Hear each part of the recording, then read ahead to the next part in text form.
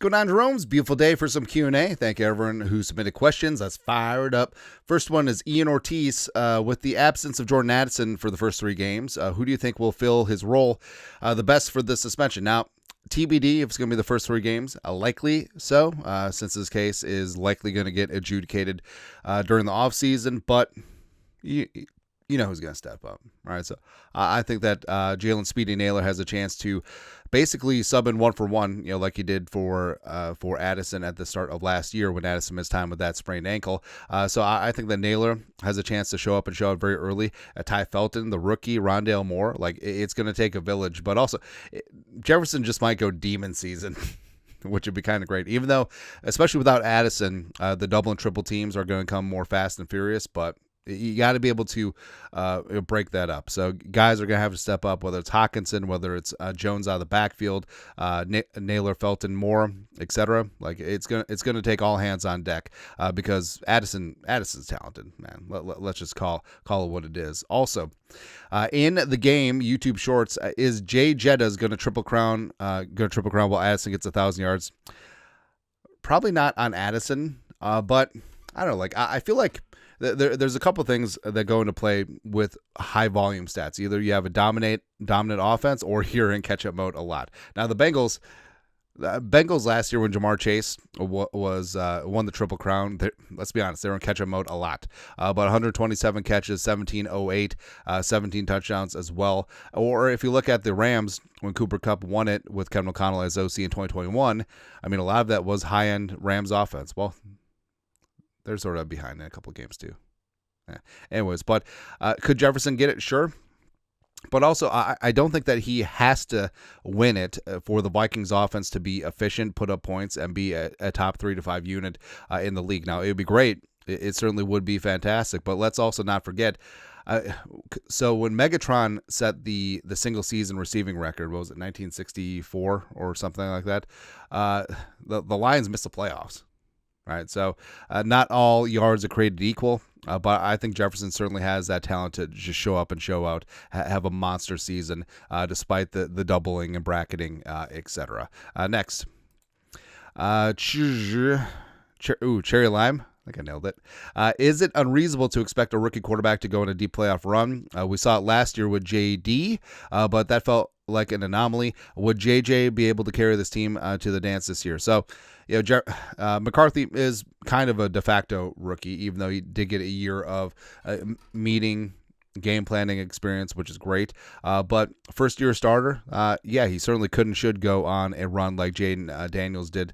I was going to slip in the McDaniels because McDaniels is better of the Jadens. Yeah, but Jaden Daniels last year, coupled with a emerging Washington defense, I mean, DQ's doing some great things, and I do think that Jaden Daniels has a chance to be really special in this league. But also, I think that J.J. McCarthy certainly has better weapons and a better offensive line than Daniels did last year. So I think it's a spot where we said this a bunch, he doesn't have to reinvent the wheel, just paint by numbers, distribute the ball, be a pass first point guard, so to say. And, McCarthy certainly could do that.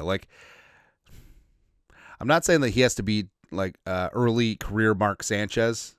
Remember, Mark Sanchez went to 2 straight AFC title games. He won 4 playoff games as a starter. But, McCarthy obviously is more talented than Mark Sanchez, but he doesn't have to do anything. He doesn't have to drag this team. He does have to put it on his back. This team can win a Super Bowl with J.J. McCarthy. Now, eventually, they have to win a Super Bowl because of J.J. McCarthy. But as of right now, because of his rookie deal and because of what Kwesi's assembled on this rooster, he doesn't have to be that dude. But he probably will be anyway. Collinman, do teams and players get financial incentives for playing international games? So players, no. I mean, they just get their normal paycheck. But what's interesting is that so players file their taxes in where they earn the paycheck. So if they're in a different state, that's subject to those state income taxes. If it's a different country, it's subject to those taxes. But players, I mean, maybe they get discounts and dispensation for travel for friends and family. Make it a mini vacation, sure. But in terms of a bonus, no. not to my knowledge. But teams obviously get a big financial incentive. That's why the Vikings have been all four international games in the last 4 years, including 2 in a row this season. And also the Vikings are the UK is their designated marketing area. I'm sure they get some love for Ireland as well, but expanding the footprint, selling more merch internationally, getting more eyeballs, developing larger fan base internationally, like that all works, right? Because here in the great state of Minnesota, you obviously have Vikings fans and you got fans around the world, but new fans that are just getting into the game, first generation fans that will be loud and proud for the purple and pass that on to descendants, like that's still up in the air. And the Vikings want to grab as much territory as possible around the world. So I get it. It's a growing the game sort of deal, and it won't be realized immediately. It will take multiple generations to do that. But the Vikings are popular internationally, and I understand why they want to do it, but from a strictly macro wise, I get it, but micro focusing on this season, I don't know, man. Lastly, Andrew C. When you get your new puppy, are you going to buy a jersey for it? If so, what number do you want it to wear? So, I guess generally the pets hate like the tacky jerseys and stuff, but I don't know, like maybe we'll get I've seen where they do like custom harnesses for larger dogs, and then we could embroider like Jefferson 18 on it. But no, I'll get Will the Throw record because he's Will the Throw coming because he's got that dog in him. The 1-6 looking good. I don't know, but I don't like.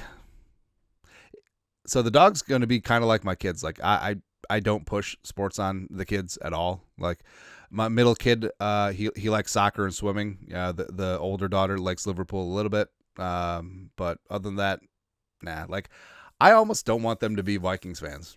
All right, because it's I don't know. Well, I go back and forth because just to be saddled with all the sadness. I mean, but I swear to Christ, if they don't win a Super Bowl in my kids' lifetimes, then there's something wrong. Move the team. Like maybe U.S. Bank Stadium / the Metrodome is built on some sort of ancient burial ground. Maybe that's why we're cursed. But we're cursed at the Met too.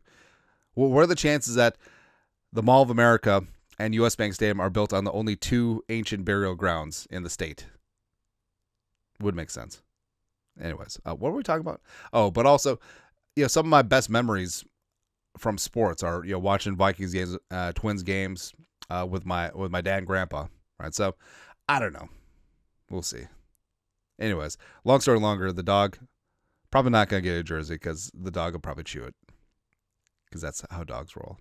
Anyways, that's it. Q&A on this beautiful day. You guys are the best. You know what to do. Skol, production value.